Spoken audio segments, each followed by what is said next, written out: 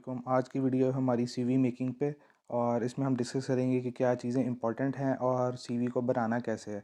अब सबसे पहले इसको दो पार्ट्स में मैं स्प्लिट कर रहा हूँ, यूएसएमएल के अकॉर्डिंग सीवी कैसे बनानी है और क्या चीज़ें इंपॉर्टेंट हैं, और सेकंड नंबर पे जो है वो प्लैब के लिए क्या इंपॉर्टेंट है। अब सबसे पहले हम यूएसएमएल पे डिस्कस कर लेते हैं। अब यूएसएमएल में आपके पास जो है वो इम्पोर्टेंट जो है वो स्कोर्स आ जाते हैं। स्कोर्स में आपका स्टेप 2 सीके का स्कोर और सेकंड नंबर पे जो है वो स्टेप 3 का स्कोर आ जाता है। अब करंट सिनेरियो में क्योंकि स्टेप 1 जो है वो पास एंड फेल हो चुका है, इसलिए जो है वो स्टेप 2 सीके और स्टेप 3 की इंपॉर्टेंस जो है वो इंक्रीज़ होगी। अब सेकंड नंबर पे आपके पास यूएसएमएल डिमांड करती है आपसे रिसर्च एक्सपीरियंस। अब जहाँ तक बात है रिसर्च एक्सपीरियंस की, तो इसमें आपके पास मल्टीपल चीज़ें हो सकती हैं। इसमें जो है वो आप रिसर्च आर्टिकल्स जो हैं वो पब्लिश कर सकते हैं। उसके अलावा आप जो है स्टूडेंट एडिटर या पीयर रिव्यूअर की पोजीशंस आती हैं मुख्तलिफ़ जर्नल्स में, आप उनके ऊपर जो है वो ज्वाइन कर सकते हैं। अच्छा, अब अकॉर्डिंग टू यूएसएमएल अब सेकंड स्टेप पे जो है वो हमारे पास रिसर्च आ जाती है। अब रिसर्च में जो है वो मल्टीपल एक्सपीरियंसेस हो सकते हैं। पहले नंबर पे तो आपकी जो है वो मेजरली पब्लिकेशंस आ जाती हैं।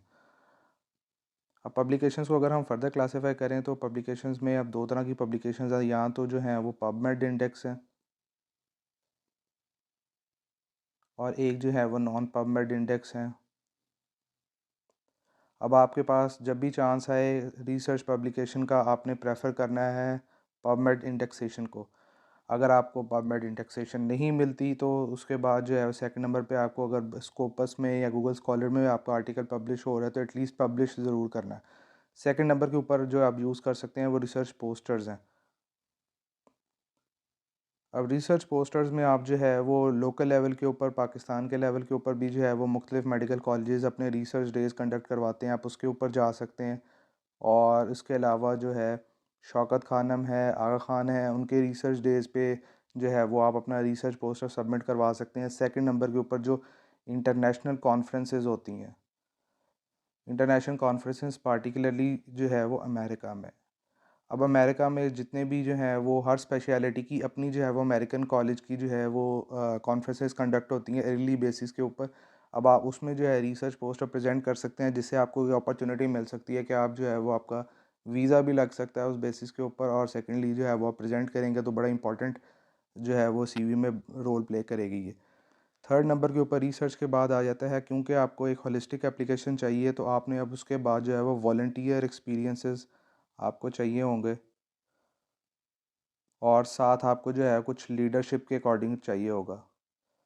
अब वॉलंटियर एक्सपीरियंसेस में आप जो है वो पाकिस्तान में जो है आप मुख्तलिफ़ ऑर्गेनाइजेशंस को ज्वाइन कर सकते हैं, एनजीओज़ को ज्वाइन कर सकते हैं। स्माइल फाउंडेशन जो है उधर आप जो है कुछ देर वॉलंटियर कर सकते हैं। ओल्ड एज होम्स में आप वॉलंटियर कर सकते हैं। उसके अलावा एसओएस विलेज के नाम से जो है एक ऑर्गेनाइजेशन काम करती है, इसमें कुछ भी हो सकता है।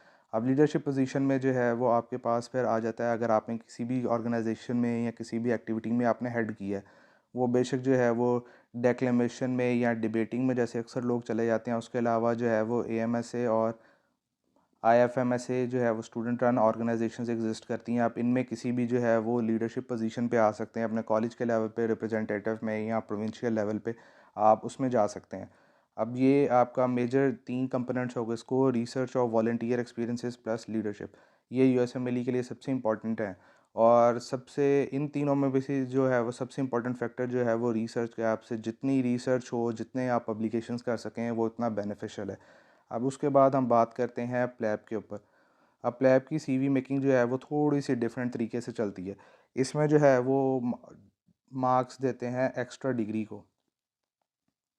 अब एक्स्ट्रा डिग्री के अकॉर्डिंग अब आप इसमें दो ऑप्शंस कर सकते हैं पंजाब यूनिवर्सिटी से जो है वो बीएससी इंग्लिश की डिग्री कर सकते हैं, एक सप्लीमेंट्री इंग्लिश का पेपर दे सकते हैं। और सेकेंडरी नंबर पे अगर आपको लगता है कि आपकी हाउस जॉब ख़त्म हो गई है और अभी आप अप्लाई नहीं कर रहे प्लैब में, तो आप जो है वो वीकेंड बेसिस के ऊपर एमपीएचबी कर सकते हैं। अगर आपको लगता है कि करंट सैचुरेशन की वजह से आपको जॉब मिलने में ज़रा टाइम लग जाएगा, तो एडिशनली आप एमपीएचबी जो है वो मल्टीपल इंस्टीट्यूट्स अब ऑफ़र कर रहे हैं, आप वीकेंड क्लासेस में वो भी कर सकते हैं। सेकंड नंबर के ऊपर जो है वो इसमें आता है ऑडिट्स। अब ऑडिट्स में जो है वो सिंपली आप क्या करते हैं, अभी मैं आपको ओवरव्यू दे देता हूँ ऑडिट्स के ऊपर कैसे करने हैं और क्या प्रोसीजर होता है, उसके ऊपर मैं एक डिटेल वीडियो बनाऊंगा। अब ऑडिट्स में क्या क्या करते हैं आप, कि आप अपने कोई भी हॉस्पिटल की पॉलिसी या प्रोटोकॉल को लेते हैं और उसको कंपेयर करते हैं इंटरनेशनल गाइडलाइन से। जब आप इंटरनेशनल गाइडलाइन से आइडेंटिफाई करते हैं कि क्या चेंजेस कर सकते हैं आप अपने लोकल हॉस्पिटल की पॉलिसी पे, फिर आप उन चेंजेस को जो है वो इम्प्लीमेंट करते हैं और उसके बाद जो है उसकी आउटकम डिटरमिन करते हैं कि आपके जो चेंजेस आपने इंटरनेशनल गाइडलाइंस के अकॉर्डिंग इंट्रोड्यूस किए हैं अपने हॉस्पिटल में या अपने वार्ड या डिपार्टमेंट में, उससे क्या आउटकम आई है, क्या चीज़ इंप्रूव हुई है, कौन सा फैक्टर जो है वो उसकी एफिशिएंसी इंप्रूव हुई है। सेकंड नंबर पे आ गया ऑडिट्स। अब ऑडिट्स के बाद अब आपको जो है वो लीडरशिप एक्सपीरियंस बहुत पसंद करते हैं प्लैब में। अब लीडरशिप एक्सपीरियंस में जो है वो आप किसी भी ऑर्गेनाइजेशन के हेड बन सकते हैं या सिमिलर टू यूएसएमएल। अब फोर्थ नंबर पे जो है वो प्लैब टीचिंग एक्सपीरियंस को बहुत प्रेफर करता है। अब आपका टीचिंग एक्सपीरियंस जो है वो किसी भी तरीके से होता है, यहाँ तो एज सच आप डिमॉन्स्ट्रेटर के तौर पे भी हो सकता है या फिर जो है अब आपकी इनफॉर्मल टीचिंग भी हो सकती है जिसमें आप अपने पीयर्स को पढ़ाते हैं या फिर अपने जूनियर्स को पढ़ाते हैं। उसके अलावा आप जो है इसको फॉर्मल एक्टिविटी में भी कन्वर्ट कर सकते हैं।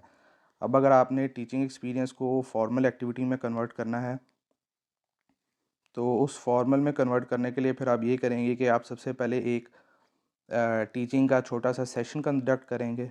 सेशन जो है वो आपका लेक्चर 45 मिनट्स 1 आवर जितना भी आप ड्यूरेशन रखें। उसके बाद आपने फीडबैक फॉर्म्स जो हैं वो फिल करवा लेने हैं स्टूडेंट से या आपने जो भी जिन लोगों को पढ़ा रहे हैं आप। तो वो आपकी जो एक फॉर्मल इनफॉर्मल टीचिंग है वो फॉर्मल में कन्वर्ट हो जाएगी। तो ये जो है वो सुपरफिशियल सा ओवरव्यू है कि आपको प्लैब के लिए कौन सी चीज़ें इंपॉर्टेंट हैं सीवी बनाने के लिए और यूएसएमएलई के लिए कौन सी इंपॉर्टेंट है। अच्छा जी, अब नेक्स्ट कंपोनेंट आ जाता है कि सीवी बनानी कैसे है, how to make a good CV. सबसे पहले तो वर्ड डॉक्यूमेंट पे कभी भी नहीं बनानी। अब जो है वो आउटडेटेड हो चुका है वर्ड डॉक्यूमेंट पे जो आप इनिशियली सारे लोग बनाते हैं वो बिल्कुल आउटडेटेड हो गया, कोई भी जो है वो पसंद नहीं करता उस चीज़ को। तो आपने मूव कर जाना है कैनवा के ऊपर। अब कैनवा जो है वो आपके पास मोबाइल में एंड्रॉयड के ऊपर आईफोन के ऊपर दोनों के ऊपर जो है अवेलेबल है। आप कैनवा के ऊपर जाएंगे, मैं कुछ पिक्चर्स भी ऐड कर दूंगा उसमें। तो आप जैसे ही उसके सर्च एलिमेंट में सीवी का डॉक्यूमेंट मेंशन वर्ड मेंशन करेंगे तो आपके पास मल्टीपल टेम्पलेट्स आ जाएंगे। उन टेम्पलेट्स को आप जो है वो ईज़िली एडिट कर सकते हैं और उसमें जो है वो चेंजिंग कर सकते हैं। तो ये आपका आ गया कि आपने ऐप कौन सी यूज़ करनी है। सेकंड नंबर पे अब आपने मुख्तलिफ कंपोनेंट्स को मेंशन कैसे करना है। सबसे पहले जो है वो आपको एक रफ़ स्केच मैं टेम्पलेट का दे देता हूँ इधर। बाकी इमेज से जो है वो भी मैं मार्क करके इसमें जो है वो ऐड कर दूँगा। सबसे पहले तो आपने एक इमेज अपनी ऐड कर देनी है। इमेज ऐड करने के बाद आपने अपनी एमबीबीएस या डिग्री को जो है वो मेंशन कर देना है यहाँ पे लेफ़्ट कॉर्नर में, लेफ़्ट कॉर्नर में, ठीक है। उसके बाद जो है वो आपका एजुकेशन का जो एक्सपीरियंस है उस एजुकेशन के एक्सपीरियंस में अक्सर लोग अब ये बहुत मेजर ब्लेंडर करते हैं कि वो मैट्रिक और एफएससी को भी ऐड कर देते हैं। अब देखें, आप जब भी एक as a doctor as a medical officer या एक पोस्ट ग्रेड पोजीशन के लिए अप्लाई कर रहे हैं तो उसमें आपका मैट्रिक और एफएससी की कोई इन्वॉल्वमेंट ही नहीं है सिरे से। तो आपका कोई तुक ही नहीं बनता। मैट्रिक में अक्सर लोगों ने बड़ी डिटेल में लिखा होता है कि फ़लाँ इंस्टीट्यूट था, फ़लाँ सिटी का था, फ़लाँ बोर्ड था और उसमें इतने मार्क्स आए थे। ये आपको मैट्रिक और एफएससी लिखने की बिल्कुल ज़रूरत नहीं है। सिंपली आप लिखें, अपने कॉलेज का नाम लिखें, सपोजिटली पीएमसी, उसके बाद अपना बैच मेंशन करें अगर आप करना चाहते हैं तो।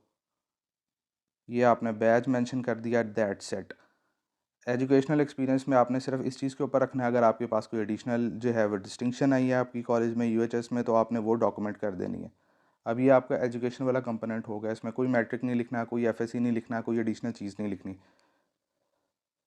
उसके बाद आपका एजुकेशन के बाद जो है वो सेकंड कंपोनेंट आता है रिसर्च एक्सपीरियंस का।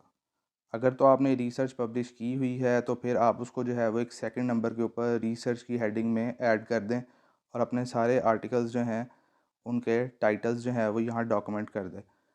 थर्ड नंबर के ऊपर आती हैं आप को करिकुलर या एक्स्ट्रा करिकुलर एक्टिविटीज़, जिसमें आपने अपनी सारी चीज़ें मेंशन करनी हैं जो आप करते आए हैं। अब ये को करिकुलर एक्टिविटीज़ जो है ना, वो एक बड़ी इम्पॉर्टेंट चीज़ है। इसमें अक्सर लोग जो हैं वो गलती करते हैं। सबसे पहले तो जो है, आपने प्रायोरिटी उन चीज़ों को देनी है जो इम्पॉर्टेंट हैं। किसी भी लिहाज से जब आप अपने आप को एक इंटरव्यूअर की नज़र से देखें, तो आपने उन चीज़ों को प्रायोरिटी देनी है जो आपकी लीडरशिप को डिनोट करते हैं, आपकी एजुकेशन को या आपके स्किल लेवल को। अब जो अक्सर स्टूडेंट्स करते हैं, वो यहाँ कॉन्फ्रेंसेस अटेंडेड लिख देते हैं। कॉन्फ्रेंसेस अटेंडेड जो है वो आपकी लास्ट चॉइस होनी चाहिए, क्योंकि कॉन्फ्रेंस अटेंड करने से कोई चीज़ ऐड नहीं होती आपकी सीवी में। आप सिंपली आप किसी कॉन्फ्रेंस में गए, सबको पता है, आप बैठे, आपने 2 घंटे लेक्चर सुना, 4 घंटे सुना और आप वापस आ गए। तो कॉन्फ्रेंसेस अटेंडेंट जो है वो आपने बिल्कुल लास्ट के ऊपर लिखना है। सबसे पहले आपने प्रेफ़रेंस देनी है जो आपके एक्चुअल एक्सपीरियंसेस हैं, जिसमें आपको कोई ना कोई काम करने के ऊपर मिला है। चाहे वो वॉलंटियर का एक्सपीरियंस हो, या फिर आपने किसी एक्टिविटी में फॉर्मली जॉइन किया हो, आपने पोस्टर प्रेज़ेंट किया हो, आपने कोई टीचिंग का एक्सपीरियंस किया हो। ये सारी चीज़ें आपने फ़र्स्ट मेंशन करनी है। उसके बाद जो कॉन्फ्रेंसेस अटेंडेंट हैं, वो आपने सेकंड नंबर के ऊपर या लास्ट के ऊपर मेंशन करनी है, क्योंकि उनकी वैल्यू नहीं है। और अगर आपके पास कोई एज सच चीज़ नहीं एग्जिस्ट करती है पहले 3 कंपोनेंट्स में से, तो फिर आपको मजबूरन कॉन्फ्रेंसेस अटेंडेड लिखना पड़ेगा। तो ये को करिकुलर की बात होगी। इसमें याद रखें, इंपॉर्टेंट चीज़ें पहले, अनइम्पॉर्टेंट चीज़ें बाद में। उसके बाद अक्सर लोग जो है वो अपना एड्रेस मेंशन कर देते हैं। एड्रेस एज सच जो है वो मेंशन करने की ज़रूरत नहीं है आपको। आजकल की सिचुएशन में वैसे भी आप जो है वो बहुत दूर जाके जॉब्स अप्लाई कर रहे होते हैं, हर जगह वाइडली अप्लाई कर रहे होते हैं, तो उसके लिए आपको एड्रेस भी मेंशन करने की ज़रूरत नहीं है। तो ये 3 मेजर कंपोनेंट्स आ गए आपके। इसके बाद मैं एक डिटेल वीडियो बना दूंगा, जिसमें हम जो है वो को करिकुलर्स के ऊपर डिस्कस करेंगे कि एज अ स्टूडेंट या एज अ ग्रेजुएट आप किन चीज़ों को ज्वाइन कर सकते हैं जिनसे आपकी सीवी बिल्डअप हो जाए, या कौन से आप कोर्सेज़ कर सकते हैं, या किन इंस्टीट्यूट्स में आप जा सकते हैं जिनसे आपकी अगर सीवी बिल्कुल खाली है, आपके पास को करिकुलर में कुछ नहीं है, आपके पास रिसर्च में कुछ नहीं है, तो फिर आप उन चीज़ों को जो है वो अपनी बैलेंस आउट कर सकें। तो ये थी शॉर्ट सी वीडियो सीवी के ऊपर।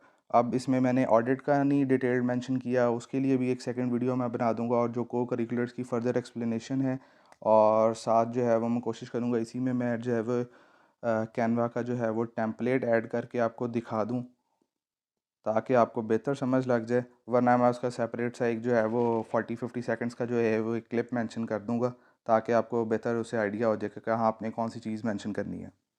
Thank you.